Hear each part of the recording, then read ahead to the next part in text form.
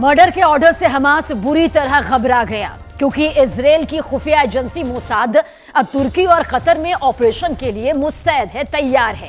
Hamas की leadership Qatar और तुर्की में रहती है, इसलिए जब से एर्दोआन ने इस बारे में सुना है, तुर्की के इजराइल को साफ शब्दों में यहां पर कह दिया गया कि उसकी जमीन पर अगर मोसाद ने मर्डर किया तो अंजाम बहुत बुरा होगा।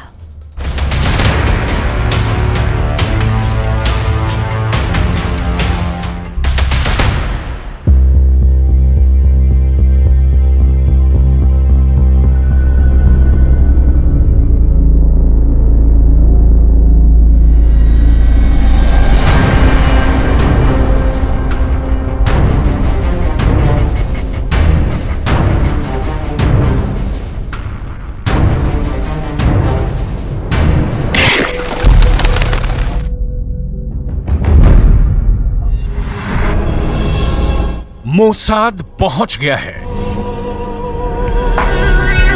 मोसाद कतर में भी है। मोसाद तुर्की में भी है। मोसाद ईरान में एक्टिव हो गया है।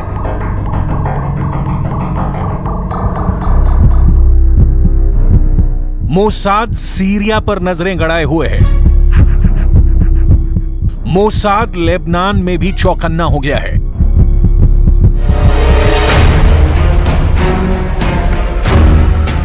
मोसाद ढूंढ कर मारेगा।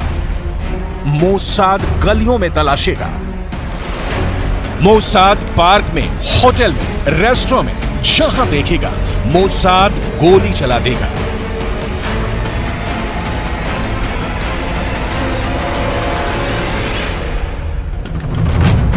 मोसाद को देखकर तुर्की परेशान है। मोसाद को देखकर कतर टेंशन में है।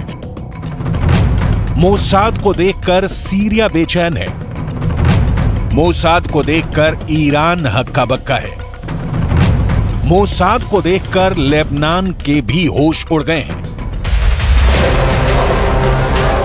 मोसाद की आंखों में बदला है। मोसाद में ऐसा जिगरा है कि इजराइल के दुश्मन पानी नहीं मांगते। ये बात हमास भी जानता है कि 7 अक्टूबर को हमला उसके एनकाउंटर का स्टेज तैयार कर दिया है। मोसाद मारेगा और दिल खोल कर मारेगा। मोसाद दूसरा मौका नहीं लेगा। मोसाद पहले अटैक में काम तमाम कर देगा।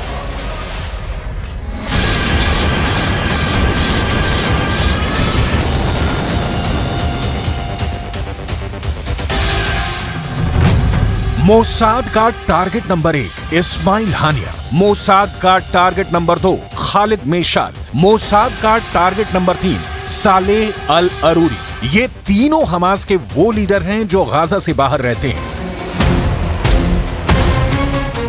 गाजा से जो लिंक मिले हैं, उसके बाद मोसाद अचानक सुपर एक्टिव हो गया है।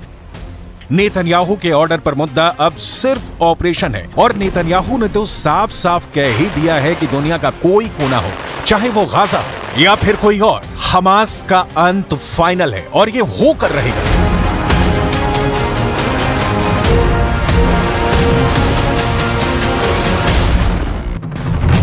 इजराइल की खुफिया एजेंसी 3 हिस्सों में बटी है। पहली है शिन बेत, जो इजराइल की आंतरिक सुरक्षा देखती है, खुफिया जानकारी जुटाती है, ऑपरेशन करती है। दूसरी है अमान, जिसे मिलिट्री इंटेलिजेंस कहा जाता है। और तीसरी है मोसाद, जो विदेशों में इजराइल के खुफिया ऑपरेशन को अंजाम देती है। अब यह खबर है कि शिन बेत के चीफ रोनेन बार का एक ऑडियो वायरल है। रोनेन बार ने कहा है कि हमास के लीडर चाहे तुर्की में हो, सीरिया में हो या फिर कतर में, हम उन्हें मार गिराएंगे। इसमें कुछ वक्त लगेगा लेकिन वो जिंदा नहीं बचेंगे। ये धमकी गंभीर है।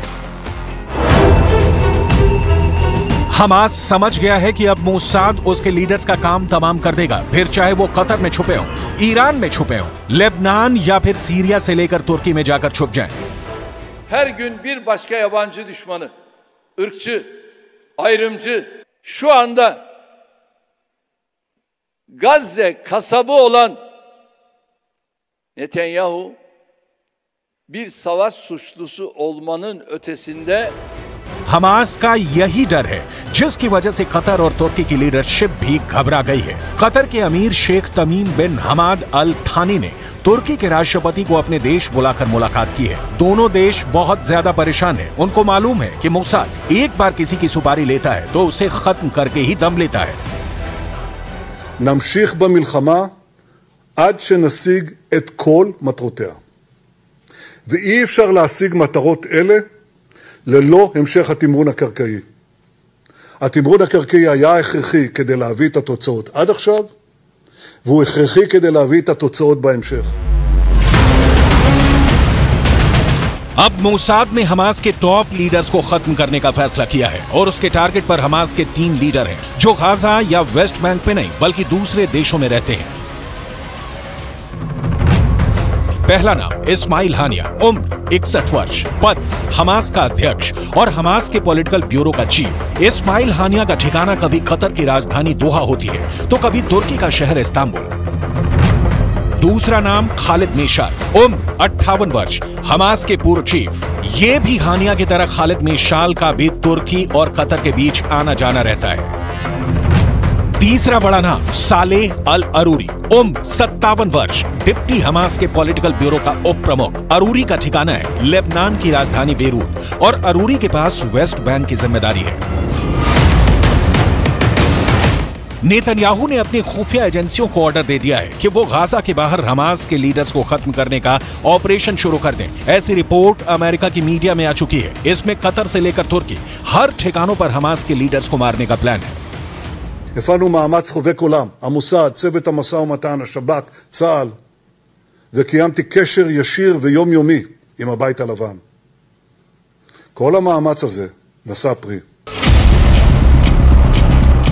हाल में आया शिन बेत के चीफ रोनेन बार का एक वीडियो पहले ही काफी चर्चा में रहा है। इस वीडियो में रोनेन बार को इजरायल के सेनाध्यक्ष हर्जी हालेवी के साथ एक मोर्चे पर देखा गया था। दोनों ही इजरायल की सुरक्षा व्यवस्था में शीर्ष पर हैं और अब मोसाद के साथ शिन बेत का रोल बेहद अहम हो जाता है। ये अलग बात है कि मोसाद और शिन बेत इजरायल का पूरा खुफिया महकमा हमास के हमले को लेकर बेखबर रहे और अब तो ऐसी भी रिपोर्ट है कि इजरायल की खुफिया एजेंसियां सब कुछ जानते हुए भी हमास को रोकने में नाकाम रही हैं। יש הערכה מטורפת, באמת, חסרת תקדים לדעתי, גם בציבור, גם בדרג המדיני וגם בחמאס. וזה הולך ומשתפר בכל המקומות האלה, אז גם תעבירו את זה לחיילים. וכנציג השב"כ, אנחנו במלחמה עובדים בשביל צה"ל. 7 अक्टूबर के हमले को 1973 में हुए हमले के बाद सबसे खतरनाक अटैक बताया गया है। उसके बाद इजरायल की बमबारी से जो भी हुआ हो, चाहे उसने गाजा को पूरी तरह मिटाने वाली बमबारी की हो, लेकिन सच यही है कि इजरायल की खुफिया एजेंसी शिन बेत और मोसाद की हैसियत पूरी तरह मिट्टी में मिल चुकी है। हमास के हमले के खतरे को ख्याली बातें बताने वाले अफसर को लेकर कुछ और बातें पता चली हैं। इजरायल के एक सरकारी चैनल कान की रिपोर्ट है कि हमास के हमले की ऐसी वार्निंग सैनिकों ने अपने वरिष्ठ अफसरों को दी थी। वार्निंग में बताया गया कि हमले के दौरान विमान को गिराया जा सकता है और फिर हमास इजरायल में कई जगह अपने झंडे लगा देगा।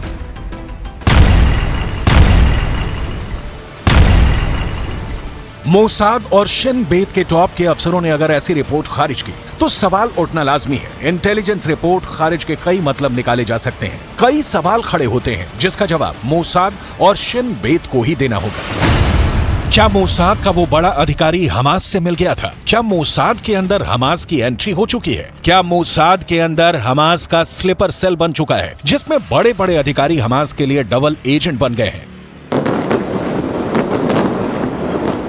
ये सवाल इसलिए उठते हैं क्योंकि इजरायल के लिए हमास हमेशा सबसे बड़ा खतरा माना गया है और अगर मोसाद का कोई बड़ा अफसर बड़े हमले के इंटेलिजेंस रिपोर्ट को लेकर कहे कि ये ख्याली बातें हैं तो सवाल तो उठेंगे। इजरायल चाहे प्लान कितने ही क्यों न बना ले, लेकिन ये बात तो साफ हो चुकी है कि हमास को खत्म करने के लिए उसने जो ग्राउंड ऑपरेशन चलाया है उसमें वो जूझ रहा है।